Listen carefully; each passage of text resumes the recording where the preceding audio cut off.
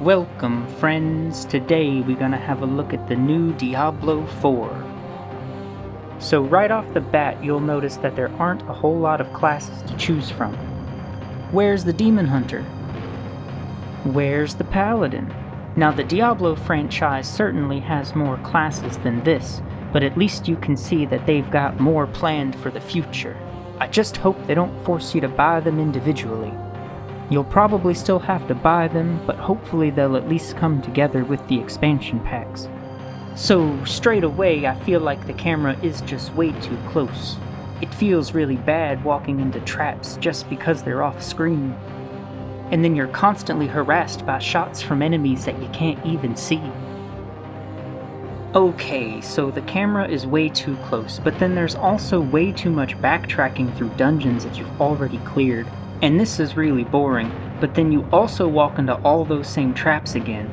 I mean, some of these dungeons have you walking across the same empty areas over and over and over again. And then resistances are also bugged and just don't work. So it doesn't matter how strong or powerful you are, the magic-based enemies like this guy just kill you instantly, and the screen being so close makes it so much worse because you just walk right into them. And the only counterplay to a lot of these situations, especially with the poison, is to just spam consumables. And then it just feels really bad to be like a super strong tank and then randomly get one shot by some frost attack from off screen, even though you've got a huge resistance against it. But you know what? Maybe all of that is just minor complaints. I mean, all the real fun is in collecting all of that sweet loot. But something that I did notice though, is that none of the merchants hardly ever have anything worth buying. They always seem to have the same old items that get dropped basically everywhere, and so most of the time I walk right past all of the treasure and I don't really bother to pick any of it up. Unless it's already in my path, because there's just really not much reason to grab it or anything that you'd want to spend it on. Except to respec, which you will inevitably have to do because maybe you'd like to try something new, or maybe your build just sucks because almost all of the builds suck. But you didn't know it was going to be like that until you're already so far in. I mean, resistances don't even work. And this tree is just a worse and even more generic version of the same thing that we've already seen 100 times in other games. I especially feel sorry for anyone that tried to do a minion build just to get so far in and realize that it's no good. So, summoning skeletons or even casting spells as a necromancer requires corpses, and when you're up against a lot of these bosses, I guess you just have to stand there and shoot at them because there's no ads to kill. But then the skeletons are so weak anyway that you'd probably rather just use those corpses to cast your spells. Now, this spell is pretty cool, I just wish I could do it more. Really, all of the classes have some pretty cool moves, but these arbitrary cooldowns on them just feels bad. I never liked it in games when you can't use an ability only because it's locked behind some superficial countdown. And then they also nerfed cooldown reduction with the introduction of Season 1. So now you just have to stand around for even longer between mobs. I mean, they even increased the cast time on leaving a dungeon. But also, every class was nerfed, and in general, player power was reduced in every way possible. So now, everything that you don't want to do just takes that much longer. And then, total armor was also reduced across the board for some reason, and now, for sure, magic attacks will one-shot you from off-screen. In regards to reducing player power, we know it is bad, we know it is not fun. Usually, updates to games is supposed to make them better and not worse. So mentally fatigued actually of all these stupid ass patches. Just stop touching the game. And look how big this is. Look at look at this. It's so stupid. I don't care, man. It has to be. Show the player retention count from patch to patch. There is no way this is healthy for League of Legends. You are killing the game. I am certain. Drop the numbers, please, man. Look at how big, look at all this shit. It's been this much shit every single patch since this stupid item rework V2. Bro, you completely changed the dynamic of the game. You changed what items need to be taken. You changed what champs need to be played. You changed what runes need to be... It's so fucked. God damn, and it kills the game quality as well because nobody knows what to build, bro. So enemies also scale alongside the player, and this too feels really bad, as if there's no sense of progression. Enemies take 2 hits to die at level 1, and 2 hits to die at any other level. Diablo IV scaling reminds me a lot of those Korean MMOs, where they slowly take the power away from the player as you level up. It also feels really bad to find a cool item just for it to be immediately invalidated as soon as you gain that next level, because the exact same monsters that dropped it are just stronger now. I mean, if all the numbers are just relative, then what's even the point of having them in the first place? You gain levels pretty much just to put points in this uninspired tree, because otherwise they don't really mean anything. This kind of level scaling just makes the game way too easy. And then in combat, all you really do is just spam your buttons as soon as they come back up. So this whole thing just feels like one of those autoplay mobile games.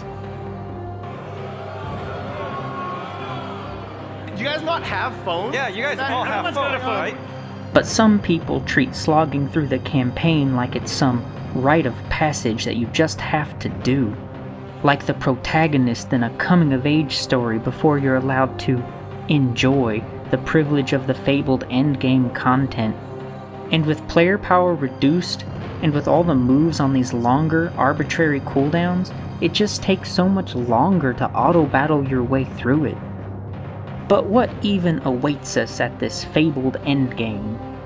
Well, it's pretty much just running the same boring and tired old dungeons over and over again. At least Diablo 3 was honest about it with the Rift, and trying to see how far you could go was sort of a novel thing to do. There's also farming renown, so you can get more points on that tree, so you can be stronger when you play that same dungeon you already beat again. There are some world bosses, but the scaling difficulty makes these essentially just loot pinatas, and no one ever fails these. And loot pinatas are a fun idea. Except in this game, you literally can't even pick it all up. It uses that old item grid inventory system, which is actually quite novel in some games. But that's only in those horror survival type games where what goes in your bag is a strategic choice, which is part of the fun. But in this game, it's just an inconvenience. And there's no reason for materials like gems and seasonal items to be taking up space in your limited inventory like this. And then they told us that the reason for why they can't provide us with extra tabs or separate gem storage is because each and every player loads each and every other player along with their full inventory and all of their items simultaneously. A technical limitation on item storage in a video game? I mean, come on, this is antiquated technology. We solved video game inventories decades ago. So because of this, you just don't really bother picking up most of the loot, or you'll spend an eternity dropping stuff as you sort through it all. And if you feel like sorting through it, the descriptions of these items is so convoluted. And the affixes for stats are so unbelievably redundant. We got damage with cold, damage with frost, damage to chilled enemies, damage to frozen enemies, damage versus immobilized, damage versus injured, damage versus knocked down, damage versus slowed, damage versus stunned, damage versus trapped, damage versus crowd controlled, damage versus dazed. I mean, how many different ways can you basically say the same thing? That's how we do it in Diablo IV. And this really is artificial complexity at its finest. It's so uninspired and low effort, just like everything else about this game. And then they're also still adding more affixes into the mix with these updates. I think this one is really funny because resistances still don't even work, but we're going to add resistance to all elements as an item affix. Really, it seems like they're trying to water down the odds of getting any particular affix by stuffing the game with a whole bunch of conditional and meaningless ones that you'll never want.